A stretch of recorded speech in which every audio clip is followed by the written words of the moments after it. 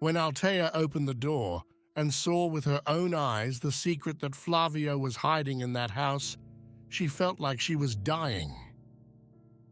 But let's see how exactly the facts went. In the meantime, I invite you to stay in touch with me by subscribing to the channel so as not to miss the next stories. Enjoy the show. Altea and Flavio had known each other since they were children. Their friendship was born on the school benches, between shared homework and childhood games.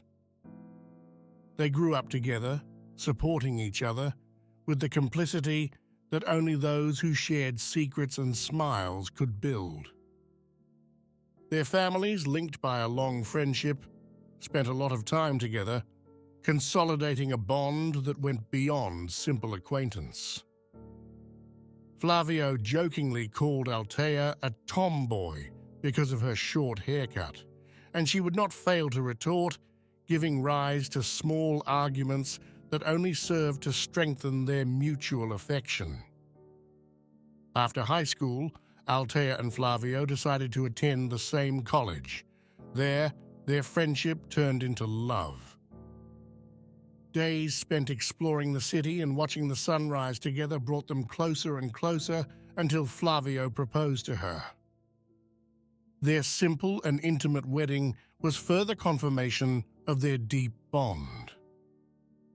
They then celebrated with family and friends, in a day filled with laughter and memories. In those moments, full of joy and hope, Altea was far from imagining that the most difficult period of their life together was approaching, a period in which silence enveloped Altea's days. One day, alone and lost in thought, she looked at photos of happy moments spent in the past. The images of their wedding, Flavio's smile and the light in their eyes spoke of a simple, pure happiness. But like a cloud obscuring the sun, the memory of that happiness grew numb as he scrolled through the other photos. The cousins' children playing in the garden, who seemed so much like their children. Every laugh immortalized in those images was a dagger in Altea's heart, a stark reminder of what she wanted.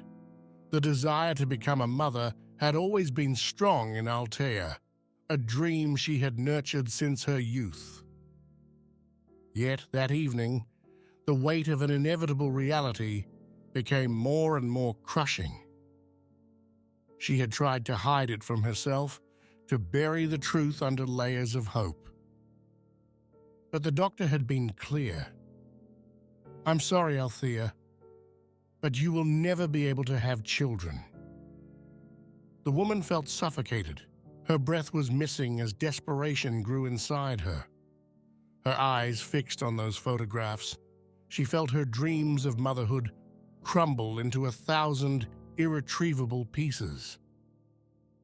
Flavio was still out on business and she felt terribly alone. With a stifled sob, she sank onto the couch, wrapped up in her thoughts. When the front door finally opened and Flavio entered, he found Altea there, sad and alone.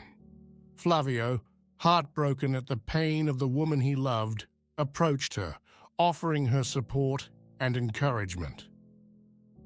"My love," Flavius whispered, "you are not alone in this. We will face everything together, whatever fate holds for us." But as Flavio tried to console Altea, an unspoken question vibrated in the air, heavy and oppressive. How could they reconstruct the fragments of a shattered dream? And you, have you ever faced a moment in your life when everything seemed lost? How did you find the strength to start again? Did you have someone close to help you? And for Altea, the silence of the night seemed to promise only uncertainties and future challenges. And in her heart, the pain of her unfulfilled motherhood continued to burn, a fire she didn't know if she would ever be able to put out. Yet, for the woman, this was just one part of the extremely difficult period she faced. If you like the story, would you be kind enough to leave a precious like and remember that you are welcome or welcome to our channel? Do not forget to subscribe. The marriage with Flavio, despite the love, was put to the test by a secret that her husband seemed to be hiding. Althea noticed strange behavior in him. He would often come home at unexpected hours of the night and make vague excuses about his job. These suspicions led her to confront her mother, who, while trying to be supportive, did nothing but fuel the idea that something serious was undermining their relationship. So one evening, she decided to reach Flavio, who told her he was going to their country house. Once there, with her heart in her throat, she entered the house, fearing to discover the unthinkable. Her heart stopped when she saw a child, innocent and defenseless. Flavio suddenly appeared. "Althea, what? But you," he began. But the words died in his throat when he saw the expression on her face. Anger, uncertainty, disbelief. Althea stared at Flavio, waiting for an explanation. Without hesitation, he explained that the child was the son a friend had from a relationship with his lover, who had abandoned them both to run away with another man. Flavio had decided to keep this secret to himself, fearing Althea's reactions. The revelation was a devastating blow, an emotional earthquake that shook every certainty the woman had about them and what they had built together. Yet, in the midst of the chaos of his troubled feelings, a glimmer of compassion for that little helpless life immediately began to make its way. Althea, her heart gripped by doubt and empathy, found herself at a deep emotional crossroads.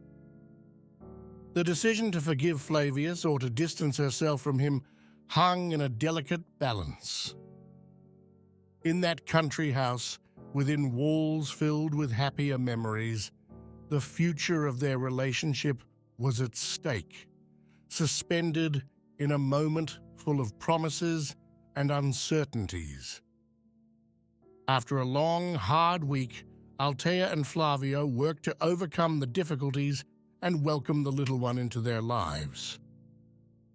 Althea, albeit with some reservations, began to see in that unusual situation an opportunity to realize her desire for motherhood.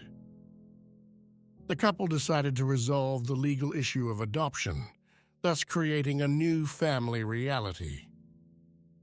If you were Althea, do you think you could welcome other people's children into your life?